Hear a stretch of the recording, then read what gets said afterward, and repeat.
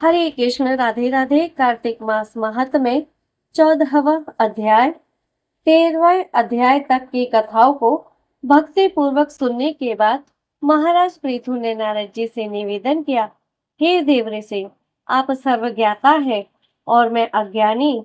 अब आप कृपा करके संतान वृद्धि तथा सुख संपत्ति देने वाली महाविद्या, महामाया, महामेधा, महास्मृति, महामोहा, महादेवी, महाईश्वरी तथा सर्व ईश्वरी अहोई देवी की उत्पत्ति तथा उनका व्रत कब और कैसे किया जाता है, इस बारे में भी मुझे विस्तार पूर्वक बताइए।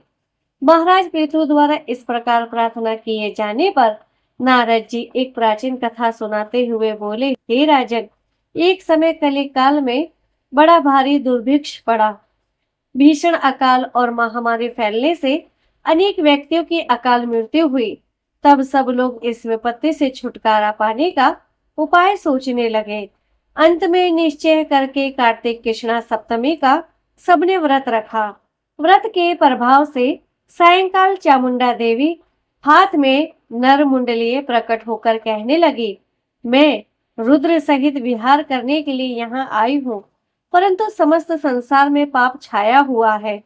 ब्राह्मण वेदहीन, क्षत्रिय सामर्थ्यहीन तथा वैश्य और शूद्र धर्महीन हो गए हैं। स्त्रियों ने पतिव्रत धर्म छोड़ दिया है, इसलिए सभी लोगों को अहोई का व्रत करना चाहिए।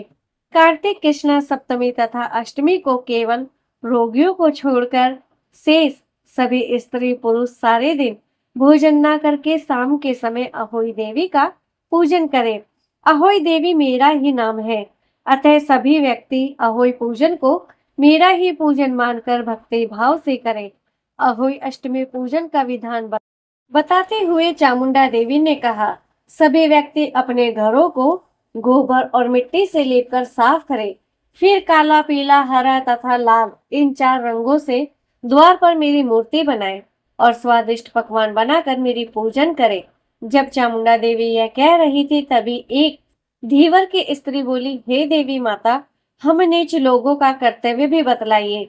तब देवी ने कहा, तुम लोग मेरे भक्त हो, सो सब लोग मेरा पूजन करके तुम्हारी संतानों को पूजेंगे, तभी उनकी पूजा सफल होगी। मेरी पूजा के बाद कुम्हारिन तथा मालिन की भी पूजा होगी। इतना कहकर देवी अंतर्ध्यान हो गई। सभी व्यक्तियों ने चामुंडा माता के कथन अनुसार व्रत और पूजन किया तो सबके संकट दूर हो गए और सारा संसार सुखपूर्वक रहने लगा। अहोई अष्टमी की कथा सुनने के पश्चात राजा पृथु ने नारद जी से पूछा, हे ऋषिवर, महीनों में कार्तिक और तिथियों में एकादशी को सर्वश्रेष्ठ क्यों माना गया है, कृपा करके बताइए। तब नारद जी ने कहा, हे राजन, एक बार यही प्रश्न सत्यभामा जी ने भगवान श्री कृष्ण से पूछा था, तो भगवान श्री कृष्ण ने जो उत्तर सत्यभामा को दिया था वही मैं तुमसे कहता हूँ, सो ध्यान पूर्वक सुनो। एक समय सत्यभामा जी ने श्री कृष्ण जी से पूछा, हे प्राणनाथ, जब सभी मास और तिथियां बराबर है, तब कार्तिक मास और एकादशी तिथि ही क्यों सर्वोत्तम मानी गई है। तब श्री कृष्ण जी ने कहा, हे प्रिय, शंख नामक एक दैत्य समुद्र का पुत्र था। वह दैत्य इतना बलवान था कि उसने इंद्र आदि देवताओं को स्वर्ग से निकालकर उनका स्थान स्वयं ले लिया। सब देवता उससे भयभीत होकर अपने बाल बच्चों सहित पर्वतों की कंदराओं में चले गए। यह दैत्य सोचने लगा कि मैंने देवता को स्थान तो ले लिया, लेकिन वे जीते नहीं गए। ऐसा प्रतीत होता है कि देवता वेद मंत्रों से बलशाली है, अतः मुझे मंत्रों सहित वेदों का हरण कर लेना चाहिए। जब उसने ऐसा विचार किया तो वेद डर के मारे समुद्र में जाकर छिप गए। ब्रह्मा आदि सब देवताओं ने संसार को वेद विहीन देखा तो सभी देवी देवता भगवान विष्णु की शरण में गए। शेष सैया पर भगवान को निद्रा मगन देखकर सभी देवता उन्हें जगाने के लिए स्तुतियां, भजन, कीर्तन और गायन वादन आदि क्रियाएं करने लगे। भगवान श्री विष्णु के जाग जाने पर सभी देवताओं ने आवाहन, आसन, पाद्य, अर्घ, आचमन, स्नान, वस्त्र, यज्ञोपवीत, चंदन, पुष्प, धूप, दीप, नैवेद्य, तांबूल, पान, प्रदक्षिणा तथा नमस्कार द्वारा भगवान श्री विष्णु का षोडश उपचार पूजन किया। तब विष्णु भगवान प्रसन्न होकर देवताओं से कहने लगे, हे देवताओं, मैं तुमसे प्रसन्न हूँ, अतएव शंख आदि दैत्यों को मारकर मैं चारों वेदों को शीघ्र ही ले आऊंगा, परंतु आज से वेद बीज मंत्रों सहित कार्तिक मास में जल में निवास करेंगे।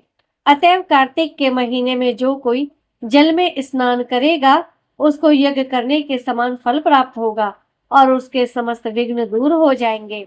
हे देवताओं, आज एकादशी के दिन आप सबने मुझे जगाया है, इसलिए सब तिथियों में एकादशी की मान्यता अधिक होगी। वस्तु कार्तिक तथा एकादशी का व्रत मुझे अत्यंत प्रिय है। आगे की कथा सुनाते हुए नारद ने कहा, हे राजन, इतना कहकर भगवान मच्छ यानी मछली का रूप धारण करके विंध्याचल में निवास कर रहे महर्षि कश्यप जी की अंजुलि में आ गए। कश्यप जी ने उनको कमंडल में डाल दिया। जब कमंडल भर गया तो मत्स्य रूपधारी भगवान कहने लगे कि हमको कोई बड़ा स्थान दो। तब कश्यप जी ने घड़ा दिया, घड़ा भी भर गया। तब उन्होंने कुएं में छोड़ दिया, परंतु भगवान मत्स्य रूप में तेजी से बढ़ते गए। अतः कश्यप जी ने उनको समुद्र में डाल दिया। भगवान ने एक अत्यंत विशाल मछली का रूप धारण करके दैत्यराज शंखासुर को मार दिया। शंखासुर को मारने के पश्चात भगवान मत्स्य रूप त्याग कर विश्राम हेतु बद्रीनारायण चले गए। बद्रीनारायण में भगवान ने देवताओं से कहा कि हमने शंख असुर को मार दिया है, अतः ऋषि और मुनि जाकर समुद्र के अंदर से वेदों को ढूंढ लाए। तब तक देवताओं सहित प्रयाग में मेरा निवास रहेगा। तब ऋषियों ने अपने तपोबल द्वारा समुद्र में से वेदों के 6 अंगों छंद, व्याकरण, कोश, वैद्यक, ज्योतिष तथा स्मृति को ढूंढ निकाला। जिस वेद का जो भाग जिस ऋषि को मिला, तब से वह भाग उसी ऋषि का माना जाता है। इसके बाद समस्त ऋषि ब्रह्म आदि देवताओं सहित प्रयाग आए और उन्होंने वहां पर अश्वमेघ यज्ञ किया। इसलिए प्रयाग को तीर्थों का राजा कहा जाता है। प्रयागराज में स्नान, दान तथा यज्ञ आदि करने वाले के जन्म जन्मांतर के पाप समूल नष्ट हो जाते हैं और वे मोक्ष के अधिकारी बन जाते हैं, इसमें कोई संदेह नहीं है। इसी के साथ कार्तिक मास महात्म्य का 14वां अध्याय समाप्त होता है। हरे कृष्ण, राधे राधे।